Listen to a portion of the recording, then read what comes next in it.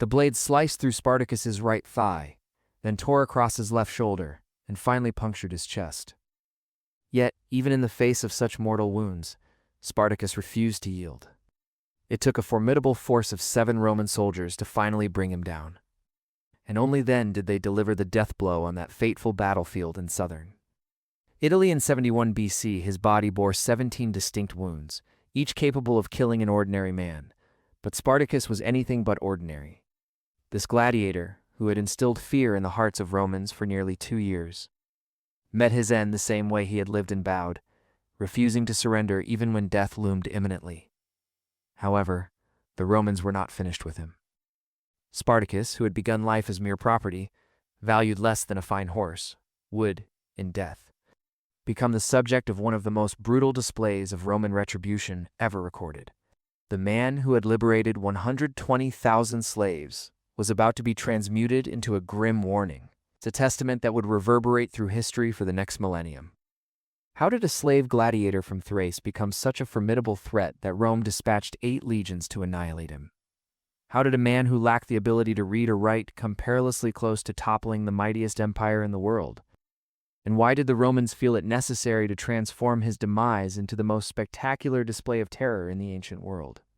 Before he became Rome's greatest nightmare, Spartacus was just another piece of human property in the Gladiator.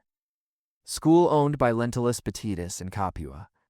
Historical accounts describe him as a Thracian, so-called barbarian hailing from the rugged mountainous regions north of Greece, captured during one of Rome's relentless expansionist campaigns. His people were renowned for their fierce independence and exceptional combat skill traits that rendered them dangerous as slaves, but invaluable in the arena. The gladiatorial schools of Capua were designed to break men down while honing their deadly abilities. The apprentices lived in cramped underground cells barely large enough for them to lie down, fed only enough to sustain their muscle mass, but never enough to sat their hunger. Sexual relations were strictly prohibited, religion was outlawed, and speaking in their native tongues could invoke severe punishment. Yet Spartacus was different. While most gladiators resigned themselves to their grim fates, he was perceptive and analytical. He meticulously studied the system, observing guard rotations, memorizing which doors remained locked at specific times, and identifying which of his fellow fighters retained the spirit and courage to dream of freedom. Most crucially, he recognized Rome's monumental error. They had trained slaves to become masterful killers, while naively believing that these same individuals would never turn their lethal skills against their oppressors. The uprising began in 73 BC with a mere 78 gladiators, who armed themselves with kitchen utensils and smuggled knives during a meticulously orchestrated escape. Within hours, they overpowered their guards, seized proper weapons, and disappeared into the Italian countryside. Traditionally, slave revolts fizzled out within days, crushed by swift retaliation from local militias or recapture. However, this time was different. Spartacus possessed something no previous leader of slaves had: a genuine military genius. He understood that runaway slaves couldn't simply hide in the hills and wait to be forgotten. For survival, they needed to become so formidable that Rome would be compelled to consider them equals. Within weeks, his numbers surged to over 10,000, comprising not just gladiators but also field slaves, household servants, and even free citizens who saw an opportunity amid the chaos.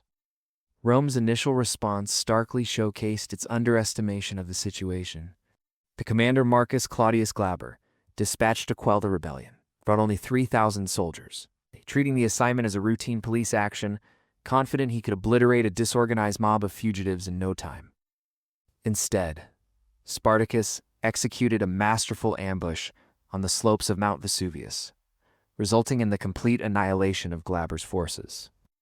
The rebels captured their first significant cache of military equipment, empowering themselves and transforming from a ragtag group into a legitimate fighting force. What followed was a campaign that shocked Rome and sent tremors through its ruling class. Spartacus didn't merely win battles. He did so with tactics so remarkable that even his foes were left in awe. Recognizing that mobility was his greatest weapon, he refused to engage in sieges that would favor Rome's heavily armored infantry. He forged a network of rural slaves who acted as spies, keeping him informed of troop movements across vast distances.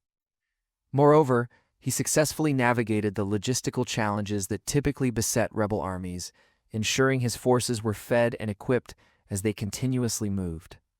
Spartacus's followers feasted better as rebels than they ever did as slaves, fueling their motivation to fight harder for their newfound freedom. The psychological implications for Roman society were profound. For the first time in centuries, wealthy citizens faced the very real prospect of violent death at the hands of their own slaves. Wealthy families fled their villas for fortified cities. Slave markets in Rome came to a halt, and buyers hesitated, fearing their new purchases might turn into deadly adversaries. Even household slaves once viewed as harmless began to be scrutinized.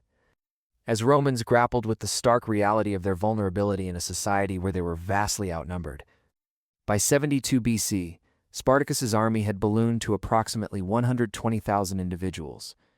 This was no longer merely a makeshift army. It resembled a mobile society consisting of women, children, artisans, and the essential support staff needed to survive. Roman spies infiltrating the rebel camps delivered shocking reports. Spartacus had set up courts to resolve disputes, workshops for forging, weapons and armor, and even schools for teaching literacy to former slaves who had been barred from education under Roman rule. His victories became legendary. The Roman commanders who pursued him faced utter calamity. Lucius Caecilius was completely obliterated, his forces wiped out, and he himself fell in battle. Marcus Claudius Glaber met a similar humiliating fate. Undone by the discipline and tactical acumen of men who were supposed to be nothing but runaway slaves. Lucius Gellius Publicola barely managed to evade annihilation, fleeing so hastily that he left much of his equipment behind on the field. By late 72 BC, Spartacus had gained control over vast territories in southern Italy. He amassed sufficient captured weaponry to outfit his entire force with standard Roman armaments. No longer did they resemble a disorganized mob. They had evolved into a professional military force capable of challenging the might of the Roman legions. The unthinkable had occurred. Slaves had demonstrated that they could successfully defeat their masters in open battle. Rome's response to this existential threat showcased both the empire's immense military capabilities and its unyielding brutality. The Senate entrusted Marcus Licinius Crassus, Rome's wealthiest man, with command, raising 8 legions to finally extinguish the rebellion. Crassus understood that failure would mean not just military defeat, but the dismantling of the social system that kept millions of slaves compliant throughout the empire. His campaign was methodical and ruthless, employing Rome's vast resources to systematically tighten the noose around the rebels. He constructed fortifications across southern Italy, effectively transforming the region into a sprawling trap. Crassus severed escape routes by sea, engaging with pirates and foreign powers to deny Spartacus any allies. Most crucially, he utilized the approach of winter in 71 BC to compel Spartacus into a decisive battle, one that would capitalize on Rome's superior discipline and equipment. The final confrontation took place in the rugged mountains of southern Italy, where Spartacus had hoped to make a last stand, buying time for at least some of his followers to escape. Instead, he found himself facing the entire military might of Crassus's legions. The battle raged throughout the day, with Roman accounts describing a level of ferocity so intense that the ground became soaked with blood. Spartacus, refusing to relent, led charge after charge, desperately attempting to reach Crassus and settle their conflict in single combat. Witnesses noted that he fought with an otherworldly fury, continuing to swing his sword after sustaining wounds that would have incapacitated any ordinary man. Roman soldiers later confessed they had never encountered an enemy so utterly fearless in the face of death. The gladiatorial training that had once entertained Roman crowds had forged a warrior who preferred death in battle to life in chains. When Spartacus finally fell, the soldiers surrounding him did not initially realize he was dead. His body lay surrounded by the corpses of 7 Romans who had perished in their efforts to subdue him. Even in death, his face bore an expression of defiance that unsettled the soldiers who dared approach. General Crassus stood among the 60,000 rebel corpses thrown across a stretch of 20 kilometers of Italian countryside, a wealthy man with a vast fortune of over 200 million denarii, who had spent 2 tumultuous years relentlessly hunting a runaway slave. Yet Spartacus had humiliated him in front of the Senate, exposing his weaknesses to the entire empire. Now Crassus was resolute that no slave would ever forget the consequences of defying Rome. The gruesome crucifixions began almost immediately, with 6,000 prisoners nailed to crosses along the Appian Way, the main thoroughfare connecting Capua to Rome. This 190-kilometer highway became a grim sight, marked by a slave crucified every 30 meters, each cross towering at 3 meters, positioned for all travelers to witness the faces of the dying. It constituted the most extensive mass execution in Roman history, though Spartacus himself was not among them. His body had inexplicably disappeared from the battlefield. For 3 long days, Spartacus's remains eluded capture.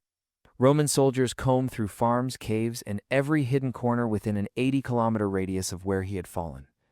Crassus offered an extraordinary reward of 10,000 denarii for the body, enough to buy a lavish villa in Rome. At long last, Spartacus's corpse was located within Crassus's own encampment. His personal guards had hidden it, waiting for the opportune moment to present their prize. They had preserved the body in salt to delay decomposition, utilizing the same method employed for lucrative fish imported from Hispania. When revealed, Spartacus appeared almost lifelike, his muscles still well-defined. The scars live reminders of his storied battles. Now, Crassus possessed the quintessential tool for psychological warfare. The crucifixions along the Appian Way were merely the prelude. The true spectacle would unfold in Rome itself. Spartacus' meticulously preserved body was set to become the centerpiece of an orchestrated display designed to shatter the collective spirit of every slave within the empire. The treatment of Spartacus's remains demonstrated the remarkable advancements in Roman embalming techniques. This was not a mere butchery, it was a sophisticated union of medical science and intimidation. Over the years, Roman embalmers had perfected their methods by learning from Egyptian traders, Greek physicians, and Persian court experts. The procedure applied to Spartacus represented the pinnacle of ancient preservation technology. First, his internal organs were excised through a small incision on his left side, the very cut used on gladiators who perished in the arena. The cavity was packed with crushed cinnamon bark, ground pepper, and dried mint luxurious spices that would be beyond the reach of most Romans in their lifetimes. The brain was extracted through the nose using bronze hooks and replaced with molten resin that solidified into a permanent mold. The treatment of his skin alone spanned 3 weeks. Experts. Coated his entire body with natron salt imported from Wadi Natron in Egypt. This salt drew out all moisture, preserving the muscle tone that had once made him a celebrated gladiator. Following the salting, his body was wrapped in linen, saturated with tree resin, and finalized with a last layer of beeswax mixed with pine tar. Witnesses marveled at the outcome, stating that the scars from individual battles during his gladiatorial career were all still distinguishable, some of which were recognizable to those who had witnessed them years earlier in Capua. However, the most haunting feature was the treatment of his visage. Thin bronze wires were delicately placed behind his eyelids, rendering them perpetually open, so that his gaze seemed to follow onlookers, regardless of where they stood. A mixture of wine and honey was injected into his lips, preserving their natural hue, while perfumed oils styled his hair in the manner it had been during his gladiatorial days.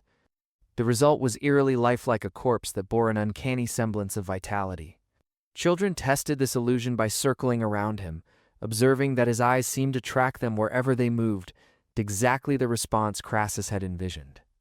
To present Spartacus for public viewing, Crassus commissioned the construction of a wooden platform in the heart of Rome, measuring 12 meters in length and 6 meters in width, elevated 4 meters off the ground, allowing each member of the crowd a clear view. The platform's corners were adorned with bronze posts, decorated with carvings memorializing Roman victories over barbarian foes.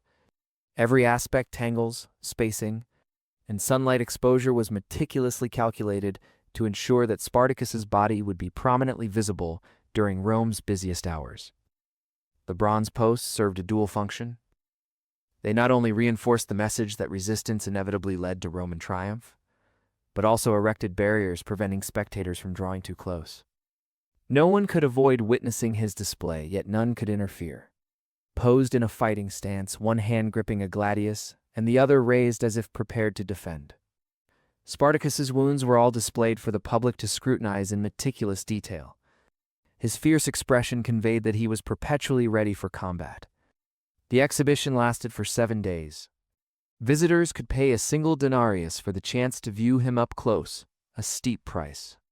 Considering that many workers earned just 3 denarii each day, but the line to see him wound around the forum each morning before dawn, more than 50,000 individuals paid to behold the dead gladiator in that first week alone.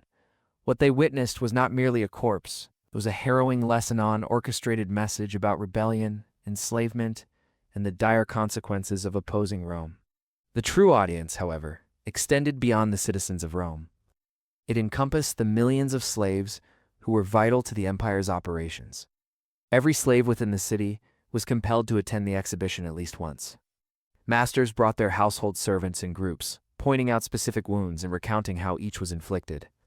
Field slaves were marched from as far away as 80 kilometers to witness the downfall of rebellion laid bare before them. Roman chroniclers meticulously recorded the crowd's reactions surprisingly. Women composed nearly 40% of the audience throughout the first week, despite cultural norms typically prohibiting their attendance at executions. Mothers brought their daughters to witness firsthand the fate that befell those who dared challenge Roman authority.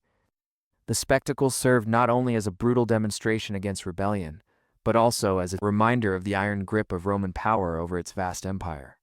Subscribe to our channel and press the bell icon to support our work and never miss an upload. Like this video, drop a comment, and share it with others to show your support and help us grow this historical community.